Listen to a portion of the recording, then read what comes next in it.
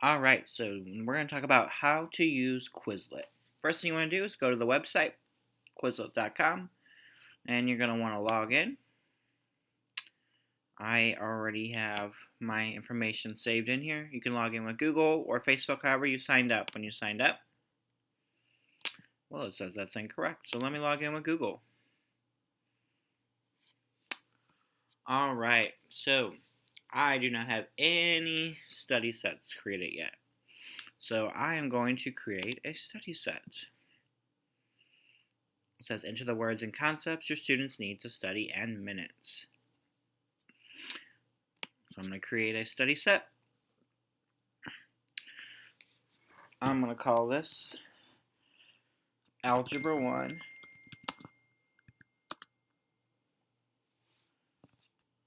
Vocabulary. No, Algebra 1 Formula Review. It's going to be for students who need to review their formulas.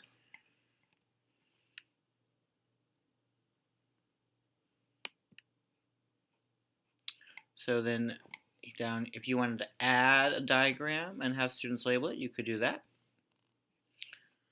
I am going to enter, say, slope-intercept form. Oh, it already popped up.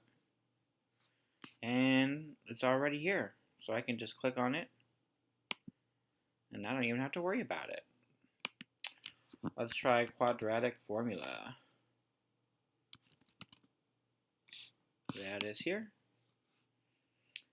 And they have that for me already. So some things they already have in here because they have been used before. Let's see, point slope form. Let's see if that's in here.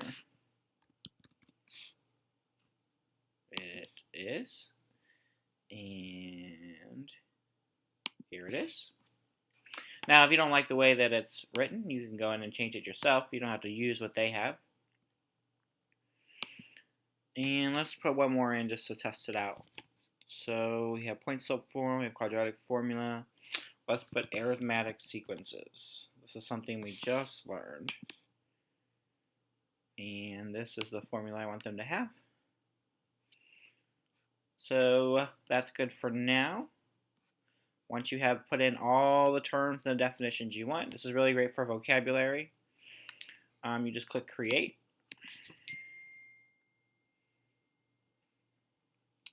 You can email this out if you want to. You can copy the link. What's great about this is you could share on Google Classroom if you're a teacher that uses Google Classroom, or share and Remind. I use Remind every day to send out what the homework is, and I send out things about reviews and tests. So this would be a great thing to use when students are reviewing and send it out on Remind for them. Or you can add it to your class or folder. I'm not going to do that at this. You know what? I'm going to copy this link.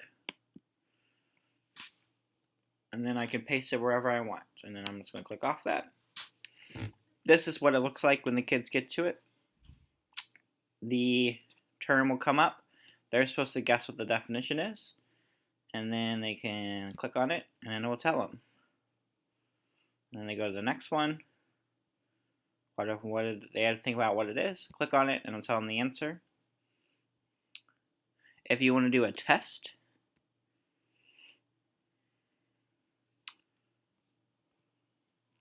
you could have a written question where they have to type what form that is. You could have it in multiple choice. You could have true or false. You could have all these different options to create the test. You can also click on options over here. What types you want. And today you want them to answer with the term, or do you want them to answer with the definition? If we go back, let's click off of that. We could click on match. So we're going to drag items onto each other to make them disappear. So here's our arithmetic sequence formula. I'm going to put that on there. Since they matched up, they go away. This is the quadratic formula, but I'm going to put it on slope-intercept form to show you what happens. We got a red outline and they didn't go away, so that means it was wrong. Got that?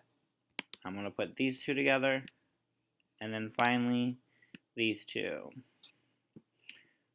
And they get points, and they can get badges. You can play it again. I don't want to play it again. I'm going to go back.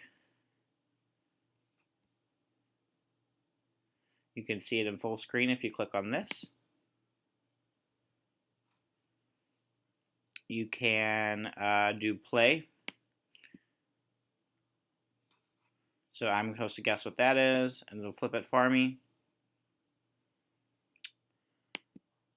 I could shuffle. So this one is arithmetic sequence. Let's say I got it wrong. I can click on the star over here, and that means I need to study it again later because I didn't know what it was. And you go to the next one. That's a quadratic formula. When you click on it, it'll flip over and tell you what it was. And you could do it that way to practice.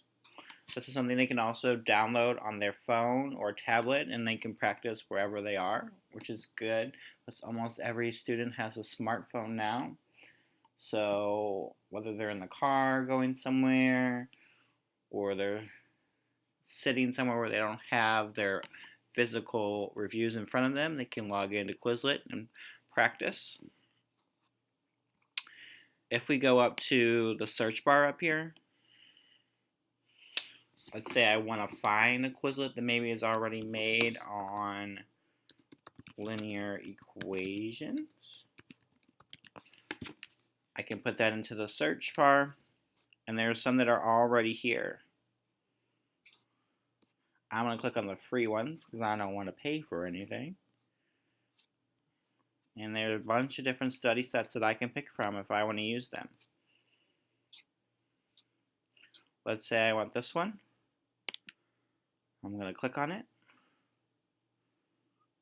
And I have this to share with my students. If I want to add this set to my class or folder that I have created on here, if I want to customize it and change it, I can click on that. And so this is everything that was already in there. I can add to it. I can change some things. I can delete some things if I don't like them.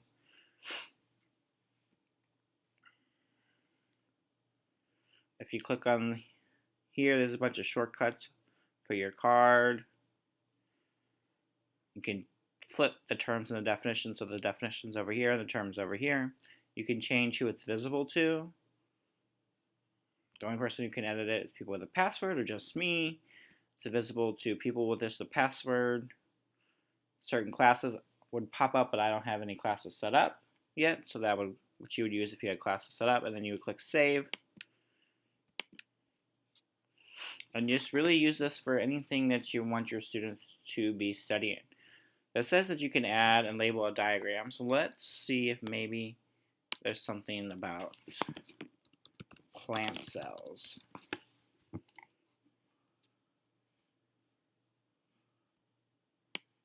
Let's click on this one. So this is what you can do with the diagram. You can put it in there and you can label it. So here they were labeling the cytoplasm. Here they were labeling again. I can see this being useful in math if you have a graph and you're trying to show where the intercepts are, or maximums and minimums, or points of inflection. But you can do many things, whatever you want to do. You can get in there and try it out. If you don't have time to make your own, just go in here and search and see if there's something up there that's already created that'll be helpful for you and your students.